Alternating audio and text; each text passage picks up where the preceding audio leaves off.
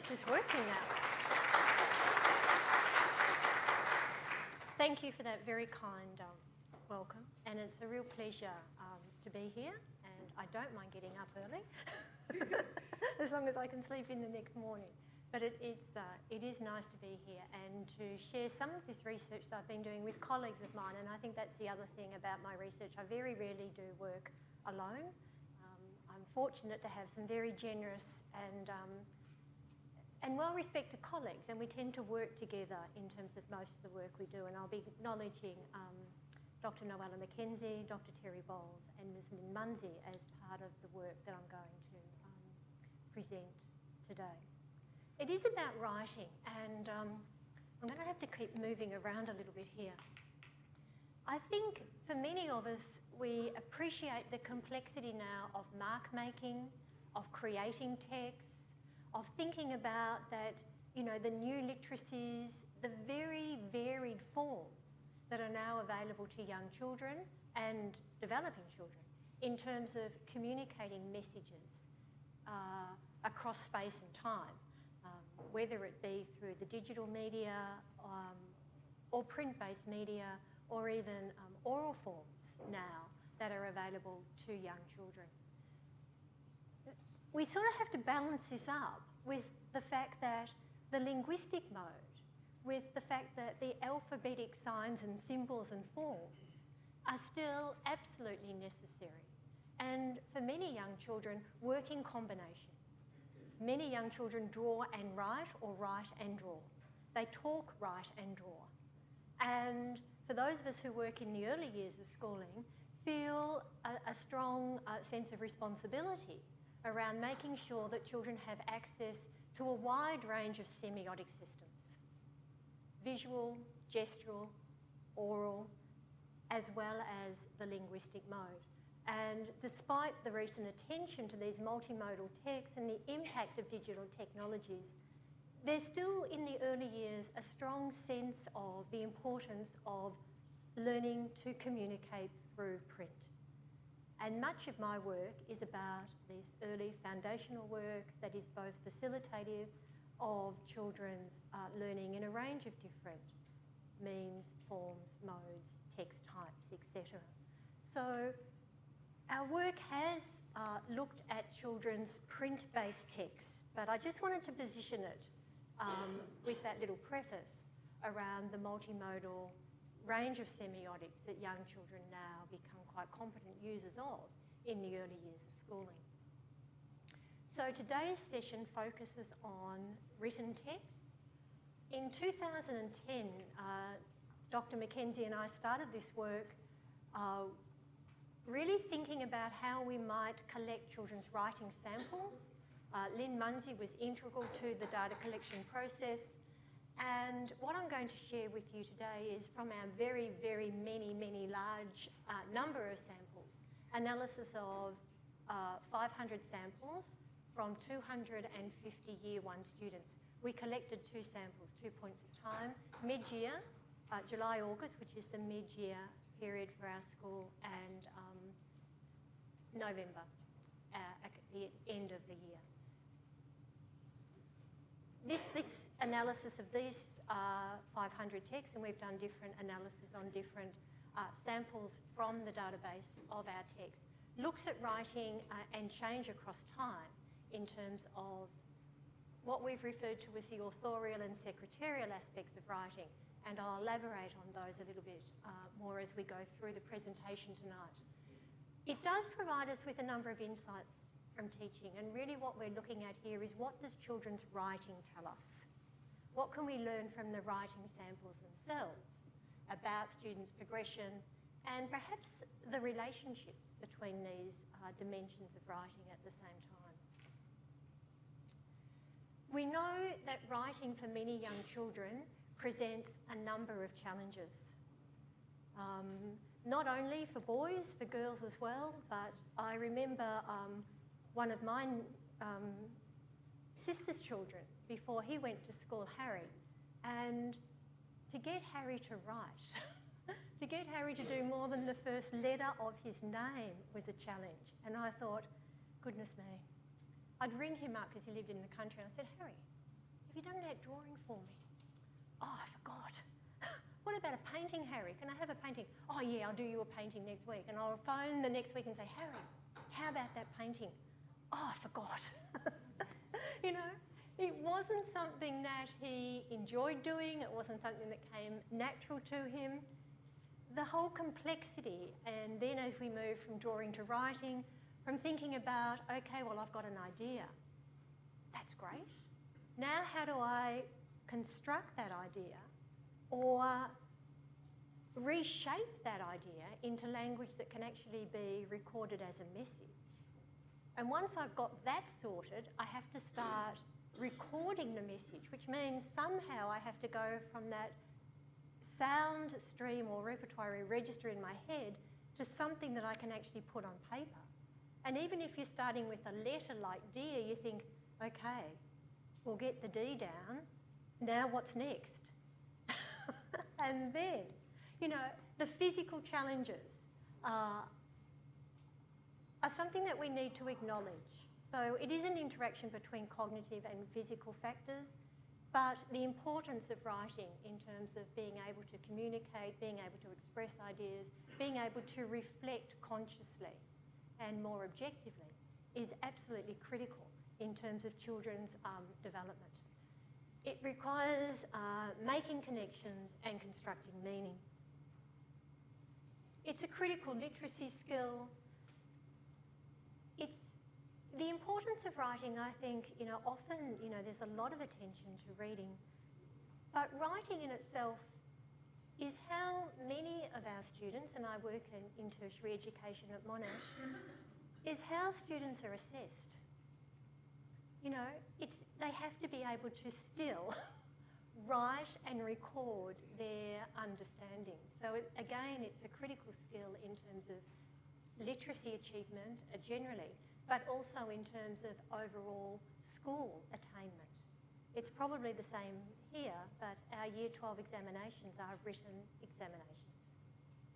You know, there's no digital, there's no IT. It's basically holding the pen and putting that pen to paper and expressing those ideas and understandings. Children can spend, you know, this is when again I think of Harry, can spend 50% of their school day engaged in writing tasks by the time of 8. So difficulty in writing is going to impact on, you know, perhaps nearly every other subject area that students are engaged in. Those who find learning to write difficult are generally disadvantaged generally in terms of school attainment.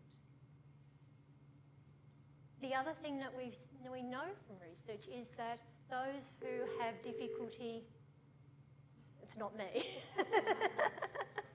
just ignore that.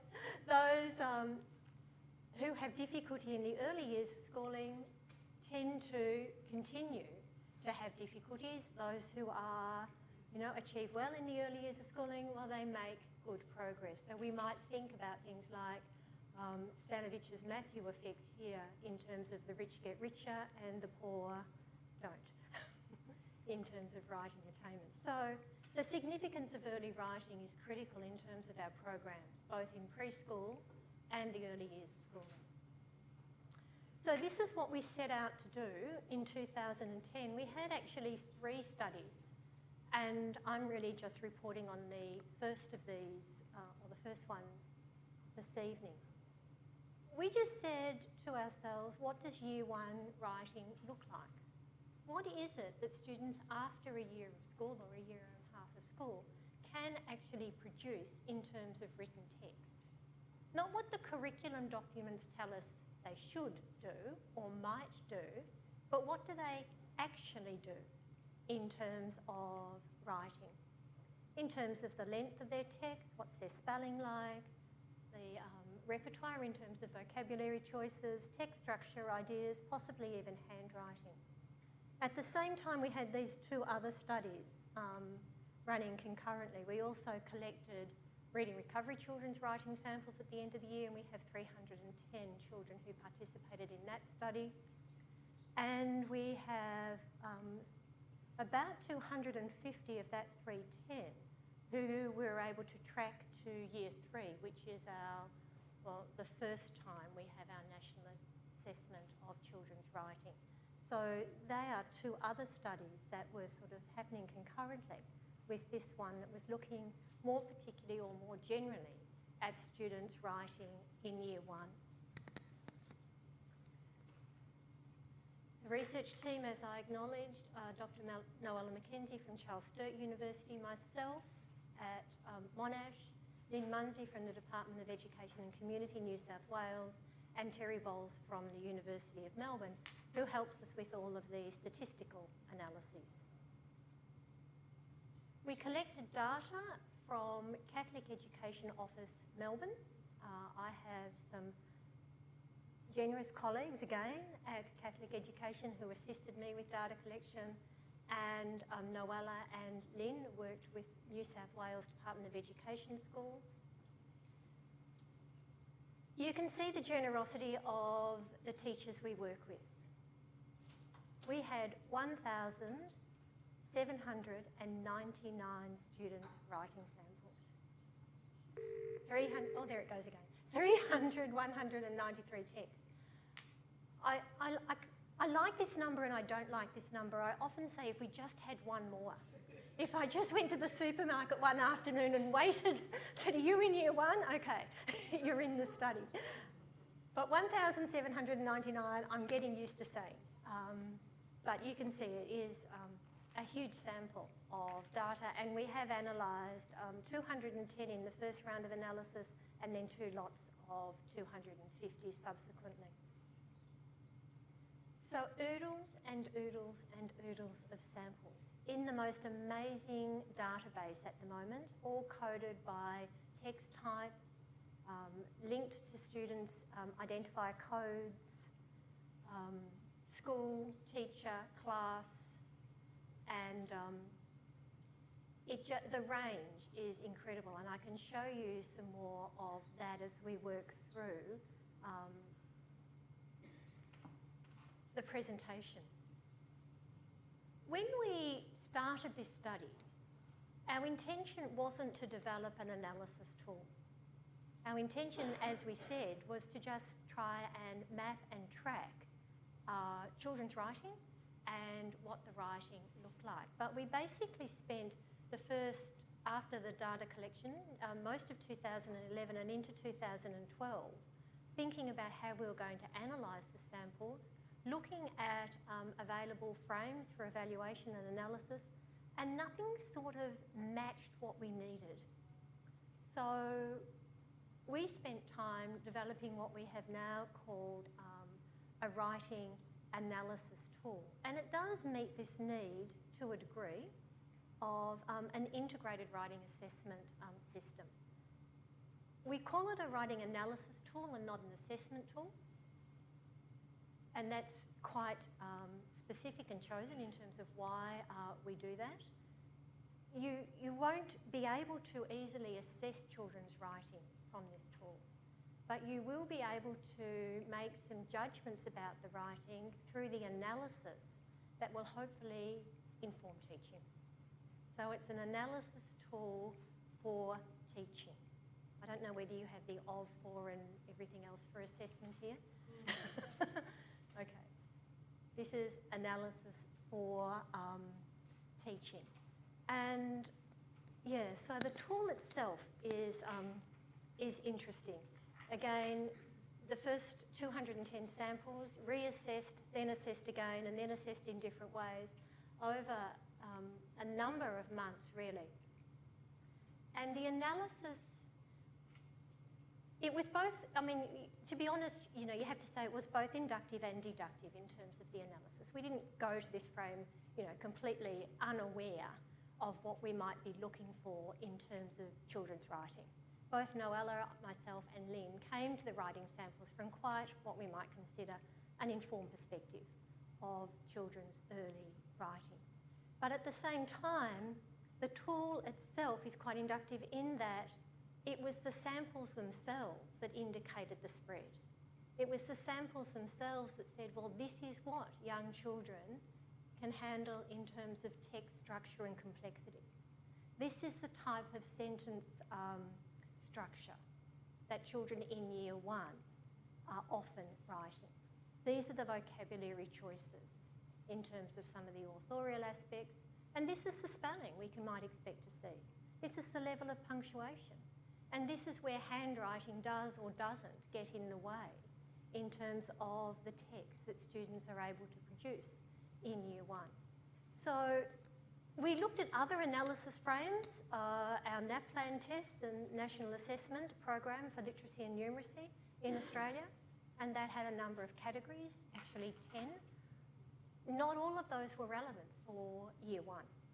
So we needed to say, well, what aspects do the text reveal in terms of children's writing, and what are the attainment levels that we might see? Again, the complexity was constant in our minds, and we didn't want to have a sort of, a very reductionist way of looking at children's writing. We wanted to acknowledge the breadth and the complexity.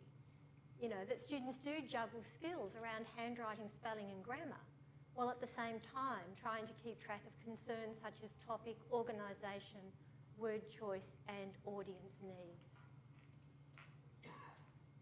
A wide lens, authorial aspects and secretarial aspects of writing.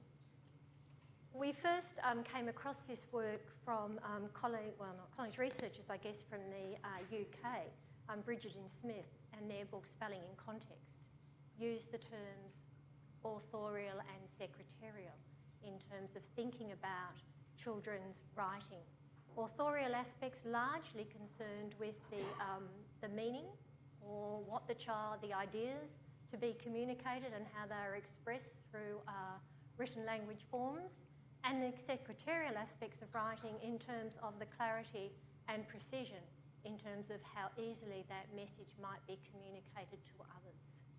So the children's ideas being the authorial aspect, and the secretarial aspects being those that relate to effective communication to others beyond the immediate time and space in which the text was created.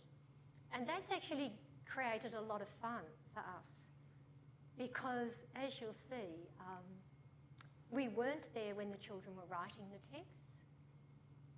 So we sit at home with our laptops and the digitised version of the text and put ourselves in the place of a Year 1 writer and say, what are they trying to say? What is the message here? Again, that shows you the dimensions and the common descriptor or simple descriptor of those types, different dimensions. Text structure, how the ideas are organised. Sentence structure, basically looking at sentence grammar. Vocabulary around word choices. Spelling around the accuracy, but also the complexity of the words. And there's a tension there between spelling and vocabulary that I can share with you later. Punctuation around conventional aspects of the organisation of the text, again to aid the reader. And we tossed up between the terms handwriting and legibility. And again, it's interesting when you think, it's quite simple really, why are you worried about calling it handwriting? It's not about the carefully crafted, beautifully scripted passages. It's about how easy did it appear from, working from distance, for that child to actually write that message and to communicate those ideas. And for some of the text, you can see that the ideas just must have there was an easy flow from the mind to the hand. And for other children, there were lots of things that perhaps got in the way between the mind and the hand. That can be shown in terms of letter formation, spacing, position, the ease of reading, and the apparent fluency that the writer had control over in terms of the text. That's what the matrix looks like. Reluctant again to use the term rubric. So I know it's so politically fraught, isn't it, some of these terms. So that is our matrix, 6 dimensions and 6 levels of attainment. It's now available electronically, and there's no problem with anyone using this. If you put in that long address, you might get the tool. But if you put in, I had someone say to me, the link's not working. I said, don't worry about the link. Just type Writing Analysis Tool CSU and you will have access to the tool. And the tool itself was highlighted in, promoted in Practical Primary last month, which is the Australian Journal of Language and Literacy associate magazine, I guess, that has a practitioner emphasis. So here is the tool. I've got to try and make this work for you, but what you can see is, if I just go down text structure, we had texts that looked like this, and we had texts that looked like this. I'm hoping this is where the fun comes in. I'm hoping it's I like cars, and I had to do work. So each of these has an exemplar. Yesterday I was playing in the backyard and saw a green tree python. You know that Australians are obsessed with snakes and spiders and all those things. A recount about the school performance. Again, this is a delightful text in terms of you see children working so hard to communicate the message. This is enjoyed it, nervous people, and then I often, I hope no one's offended, but all of the samples I collected came from children, part of our Catholic school system. And I'm sure this child has had the liturgy in the end. But you can see, and while we enjoy these texts immensely and celebrate children's achievements, the range is quite astonishing, isn't it, from that first text I showed you to these ones here. This is specially chosen for you. In the holidays I went to New Zealand and I went skiing with my family friends. We stayed at the Sofitel. The kids' rooms numbers were, the grown-ups' rooms numbers were. And then the day to go skiing. We had to get up at 7 and outside it looked like night time. And her teacher's name and her mum's teacher's name and her dad's teacher's name. But they only did skiing for 3 days on the holiday. And then I did not go skiing. I went to the lolly shop. And then I went back to Australia.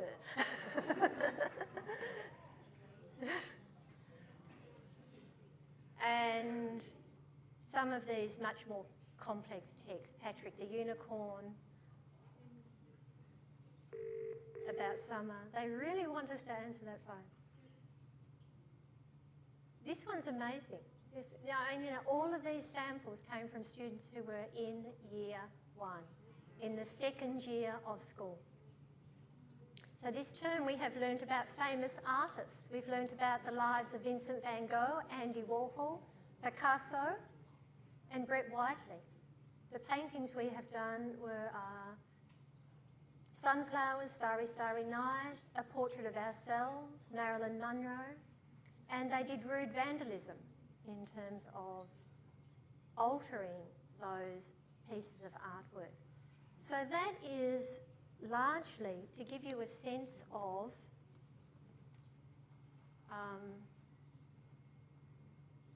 the range of texts in our sample. Again, that's just the frequency count and doesn't really tell you much. I'll give you illustrative example. But you can see here from those 250 at times 1 and times 2, you go back to that sort of matrix, the dimensions and the levels. You can see that for text structure, we had large numbers of our Year 1 students writing at around that level 5, level 4 for sentence structure, level 4 for vocabulary, level 3 for spelling, majority at level 2 for punctuation. Punctuation is really quite interesting in terms of Year 1 use and handwriting. But looking at the samples themselves, so this is what we found in terms of what Year 1 students can write. What does average Year 1 writing look like? Well, it sort of looks like this. At time 1, many of the students were able to write a text with 4 or more connected and sequenced ideas. And this very lucky child got a pony for their birthday. And they're telling you about the blanket and the bridle and the saddle. And Beauty runs to me when she sees me and she makes me happy. So, you know, year 1 writing. But we also had a number of students by the end of year 1 who could control the linguistic structure of a text. This is an amazing one. My dad went to the moon. First he bought a rocket, it cost $1 million. Then he got home and he put the rocket at the back on the grass. Next he went in the rocket and he flew into space. Finally got to the moon. He thought it was cheese, but it was rocks. He played golf and then he flew back. He said it was fun. Then we had dinner and it was a fun day. But you can see strong evidence here of this student's control over the linguistic structure and the linguistic features of recount writing. Oh no, I'll just go to this one. Thinking about time here as well. This was something that we found quite interesting in our study, and this is the relationship between quantity and quality. Okay, for young children. So those that, in terms of our ratings for text structure, often the level 1 text had an average of, 8 words or a range of 7 to 10 words. Many children, the average at the level 6 range was about 150 words. A little bit about the data collection process. We said to classroom teachers, for one day, can you just allow your children the opportunity to write on any topic they choose without instruction? Now, what that means for different teachers, of course, might be quite varied, but we had to try and create some level of sort of validity in terms of collecting the samples, and that was the instruction. So the children had about 20 minutes to write, and there was no shared writing at the start or guided writing or modelled writing. The instruction was, today we're going to do our writing, but you can write about anything you want to today, and minimal teacher input in terms of instruction. So the 20 minutes, and this is what children could write. There was a strong correlation, association relationship between text structure and the word count in terms of quality of text. We need to be a little bit cautious around this, and while we found this relationship between the volume of writing and increased complexity, we're quite cautious here in saying that this relationship might spike early and not extend beyond the early years of schooling, particularly when you're thinking about quantity and quality, because I've actually been in year 3 and year 4 classrooms where the quantity has little relationship to the quality. It's just and they may as well have stopped after the second or third sentence. We didn't really need to go on and on and on and on and finish with, and then I woke up.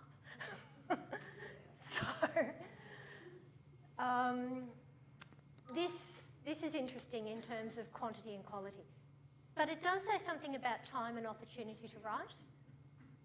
Is 20 minutes about the right time or not for students in the early years of schooling?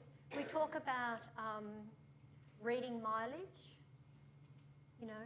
Schools are introducing in Victoria again, just to stop everything and write. Just write. Don't worry, just write in terms of getting some writing mileage behind students.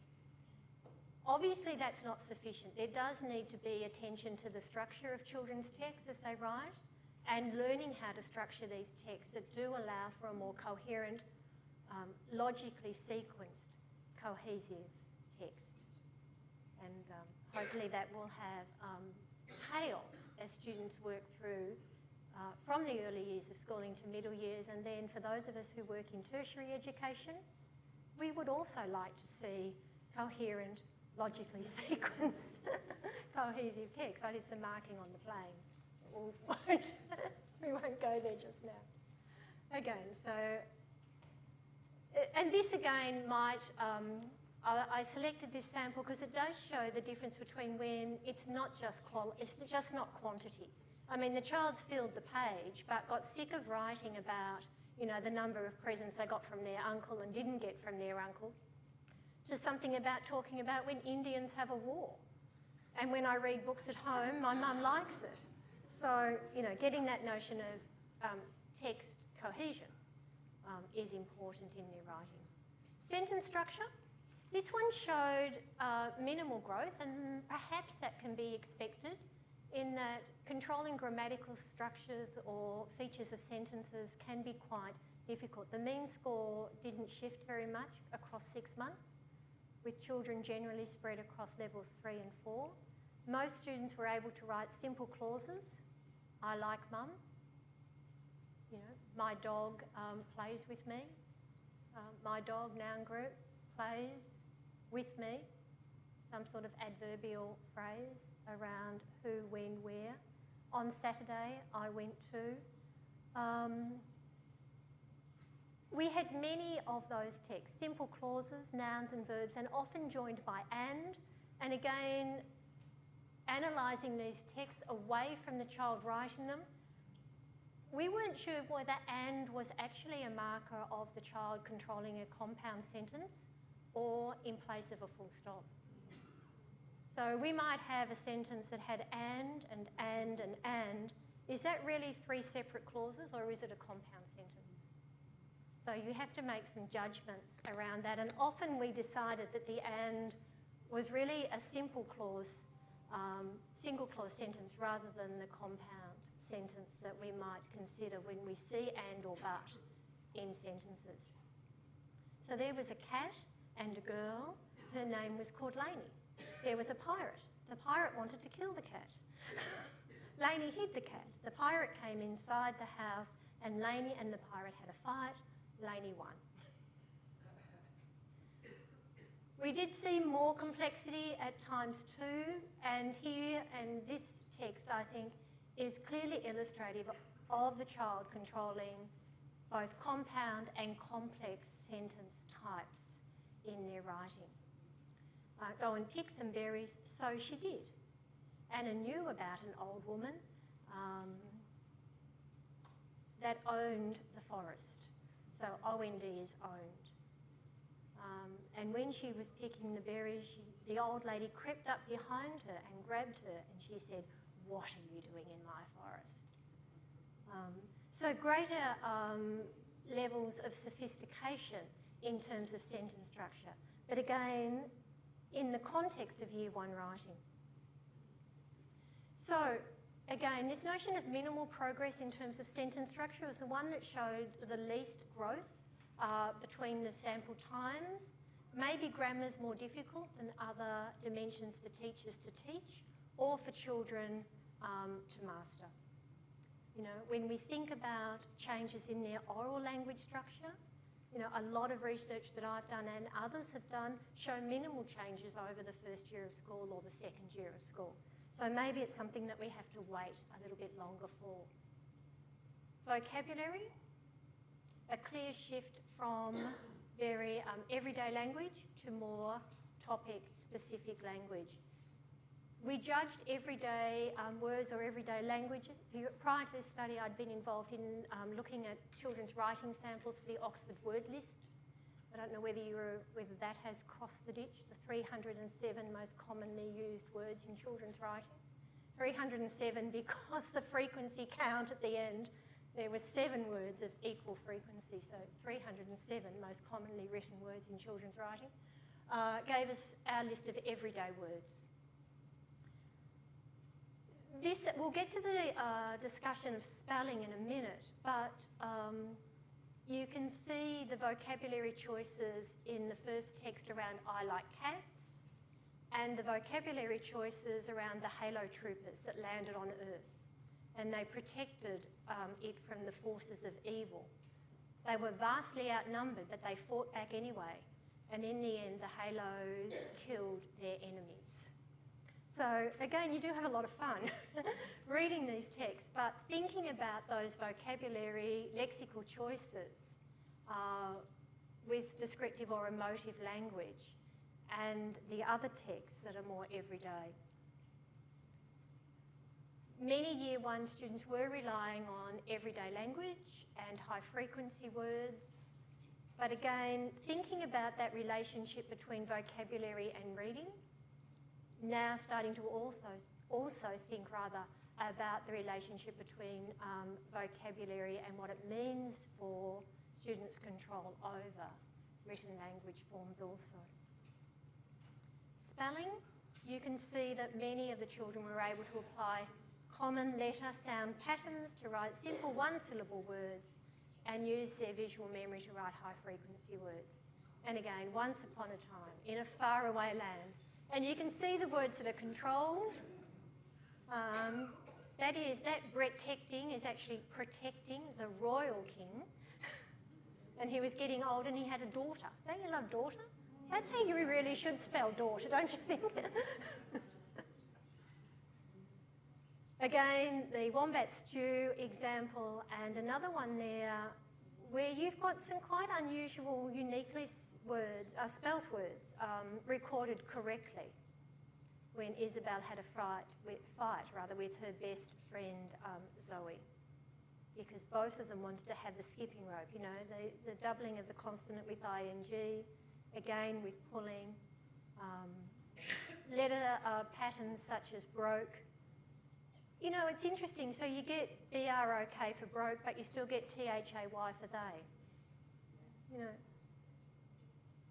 with children's spelling. So when you think about the I Like Cats text and you think about the Halo Troopers text that we used as illustrative of children's vocabulary, and then you start to think about spelling with the I Like Cats text, virtually, you know, accurate spelling, and the Halo example with, you know, a range of vocabulary choices but not spelt correctly. You know, there's this tension constantly, isn't there, between children's experimenting with more complex spelling patterns, demonstrating perhaps an imprecious or precocious level of lexical control, and that association between spelling and vocabulary. And we didn't see an association there. You perhaps would expect that, and people who work in classrooms say, well, I know that. I know the children who experiment, who use wider vocabularies, aren't the children who are going to have 100% accuracy in terms of their spelling. As I said, punctuation was really interesting in terms of the majority of students at grade 2 having their writing analysed at level 2 in terms of punctuation.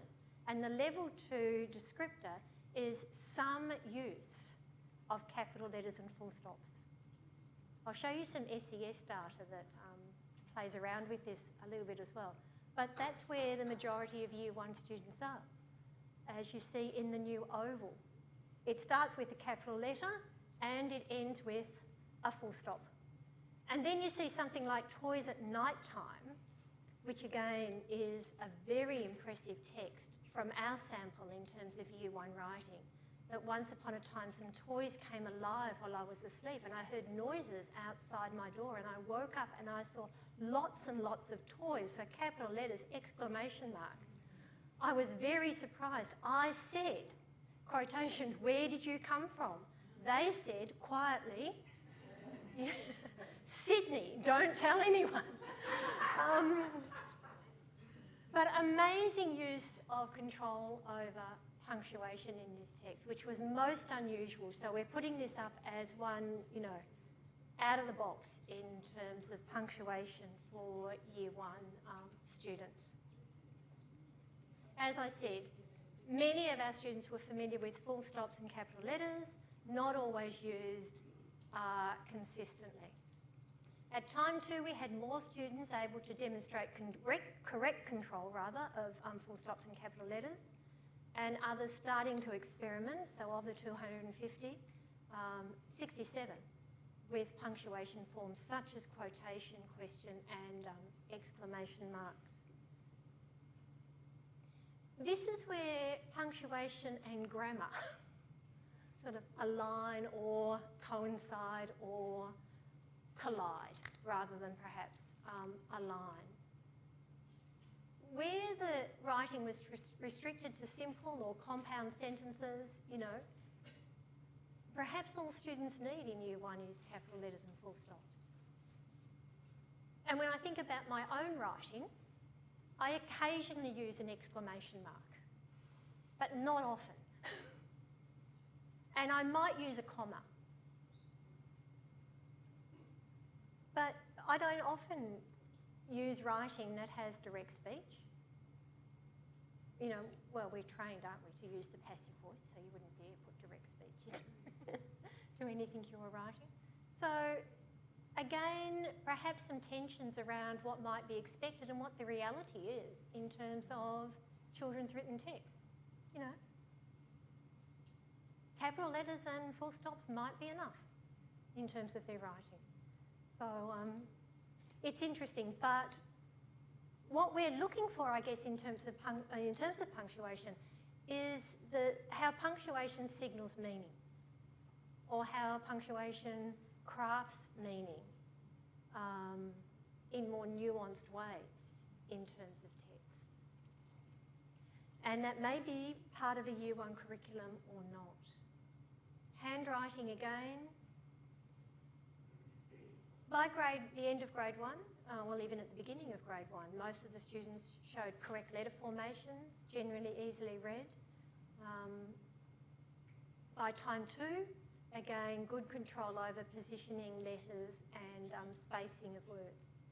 I mean, again, there's some interesting debate going on at the moment around the teaching of handwriting in our schools, with the announcement from, I think it was Finland, that they would only teach handwriting for 1 year and not after that.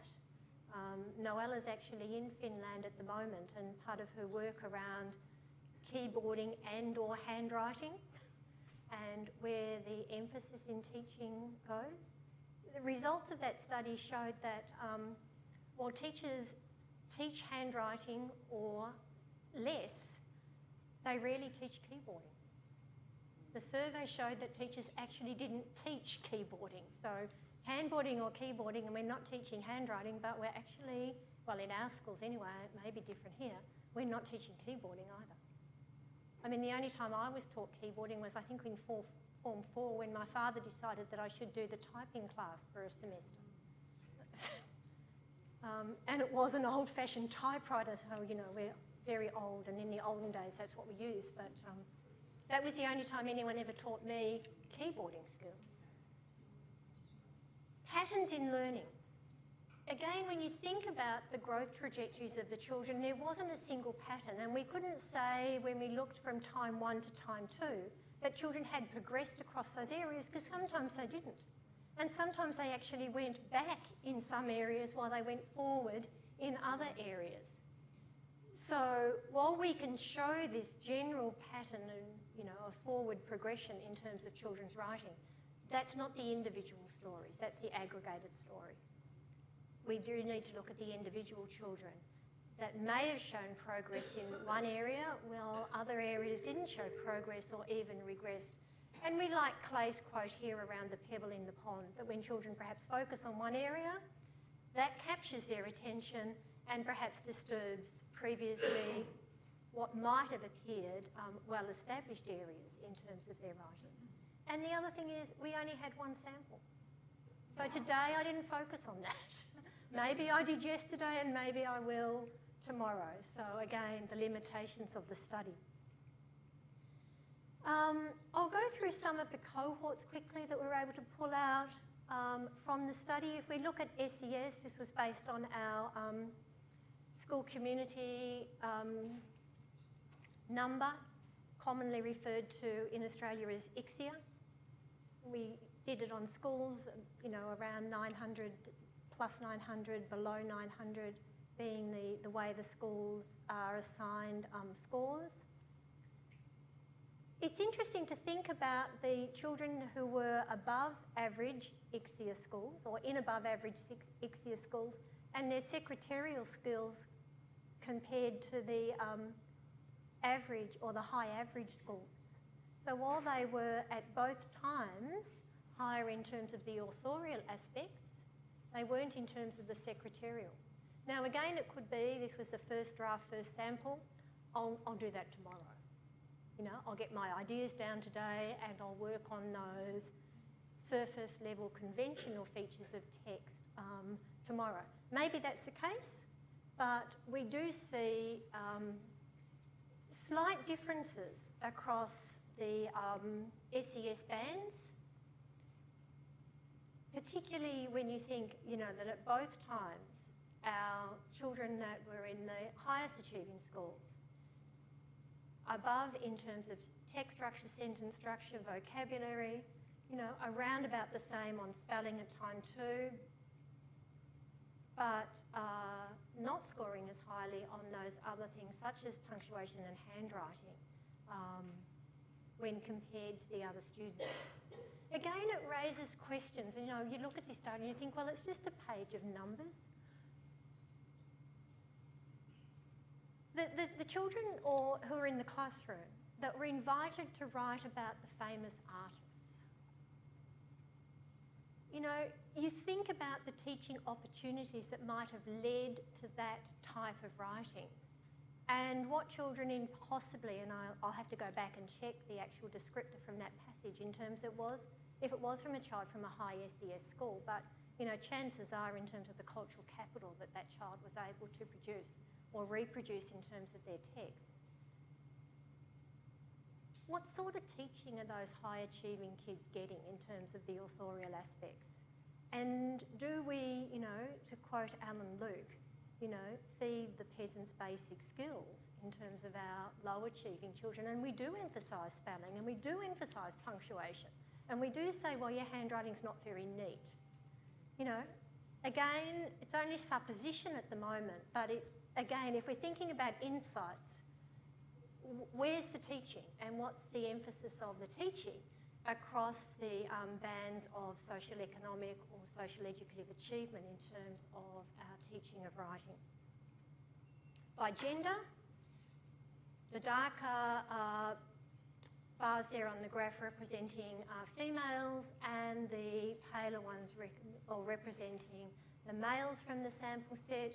You can see that at every time, on every dimension, the females were consistently higher than the males at time 1 and time 2. But the mean score wasn't that different. So if you look at raw score, yes, there were differences, but if you look at mean scores and you look at whether it was significantly different in terms of, you know, the statistical analysis, it wasn't always, you know, statistically different, even though the mean scores were higher for females. It does perhaps suggest that wider gap that's reported in later years writing. Our NAPLAN data again shows large differences for writing at year 5 and year 7 and year 11 for males and females. May have their foundation in these very small differences that we could observe in the early years of schooling. So did the gap widen over time? Or does the gap widen over time? A very small sample of English as additional language students in our study, or in this 250, the analysis of this 250 sample. But what's really exciting here is that while the EAR students were behind the English-speaking students, their gains were really impressive over the last 6 months of the year 1 school. So you can see gains of 20%, gains of 9%, gains of 13% on the authorial aspects of writing. So maybe as their control over English language improved, their control over written language and ideas also improved. So their gains were greater in 4 of the 6 dimensions, a small sample size. Thinking about some associations and thinking about, where are the payoffs in terms of teaching writing. The correlations between those authorial aspects. If you're good at text structure and sentence structure, then your chances are you're good in terms of your control over vocabulary. So the association between those authorial dimensions of writing was really very clear. So a clear relationship also between students' ability to control their ideas and vocabulary. Some association, but not all that strong, between text structure and spelling at time too. So, you see the correlation tables looking for patterns, associations, and relationships between these dimensions of writing. Text structure, sentence structure, again, word choices relating to that overall organisation of text, leading to clarity and cohesion. One of the things I wanted to share, just moving on, were this comes from the second sample of 250 students, but these typologies of writers, again, showing you that our higher achieving students pretty much were high on everything. Our middle group of students from this sample set were high on the authorial aspects, but not the secretarial aspects. So again, when we think about what we're teaching, when we're teaching and how we're teaching, where is the emphasis in terms of authorial or secretarial? And the lower students, again, being low. But this middle group of students is actually quite interesting now. We're thinking more about the students who do manage to create interesting passages like the Halo Trooper writer, and their control over those secretarial aspects of writing, and where should the emphasis or where should the balance be in terms of Year 1 writing. So we have an analysis tool now. This is just a few things to finish up with that we're hoping we can use to think about the teaching of writing. Understanding that acquisition process, thinking about authorial and secretarial and the balance or the emphasis in terms of programming and planning for students' learning. But we're also saying that, regardless of what you teach and how you teach, you do need some sense of possible progressions in children's writing. The question is always, where to next? And hopefully the tool might help in terms of analysing children's writing and then thinking about where to next. Again, as I said before, this is aggregated data, and as soon as you aggregate even 2 or 3 children, you actually lose the individual within that data. Again, there wasn't any precise sequence when it came to writing,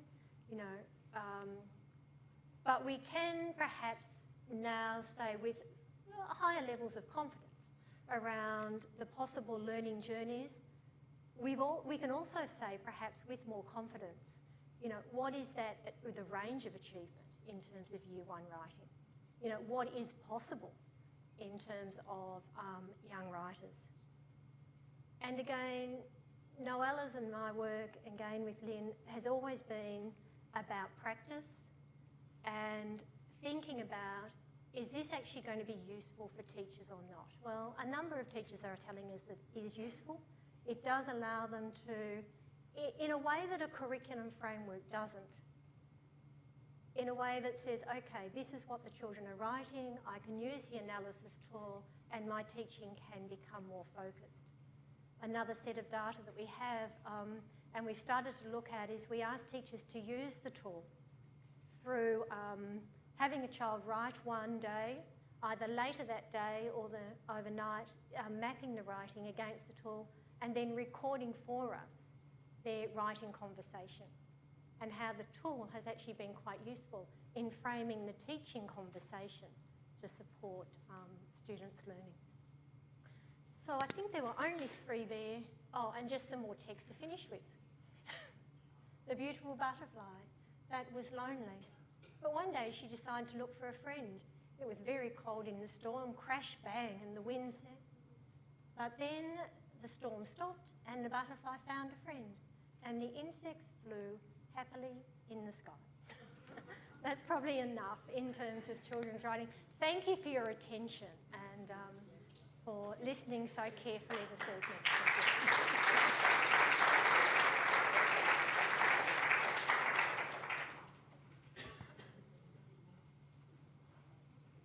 Well, thank you, Janet. I wanted to say, I think having a session on writing research and young children's writing research is a really great way to have sort of the inaugural Marek Research Center seminar along with early childhood, because we always find that writing is still sort of the stepchild of reading and oral language. And so I think to have thoughtful, sustained work, that research that emanates from what children are doing, but combined with the expertise of the team of researchers that are working on it. So even the starting question that they started from is, what can we learn about writing from children, is a very different starting place. So really appreciate that. I think the issues, I've just had a student complete a master's thesis that will be published in December, and she looked at, had teachers ask them if they had talented writers in their classroom. And the teachers, every one of them said yes. And she asked them to bring the samples of their children's writing that they identified as being talented. And she sat with them, with parents. All of this was parents' permission for the writing samples. And she asked the teachers what they would do next with these talented, well, first, why did they choose these children based on the samples? And where would they take them next? And they said they didn't know. You know, the idea of what, like you mentioned, where is the teaching and where do we take children next? The teachers felt that the children that were talented because of some of the same examples that you gave, the capital that they came with, the ideas that they came with, that they loved writing, and they were excited, and they used the word passionate about the young children about writing. And those children were going well, but they felt a lack of efficacy in their teaching to know how to help take them further. So an analysis tool for teaching that will help us know sort of more about the progressions and what's possible. And I think having the sample was brilliant, wasn't it? That you could, that you now have access to that tool and can look at a sample of a child's writing at any one of those levels on any one of those 6 features. I think that really is useful. I will say I have students who overuse commas, so I was like surprised that you hardly ever use them. And I did grow up in a Catholic school background,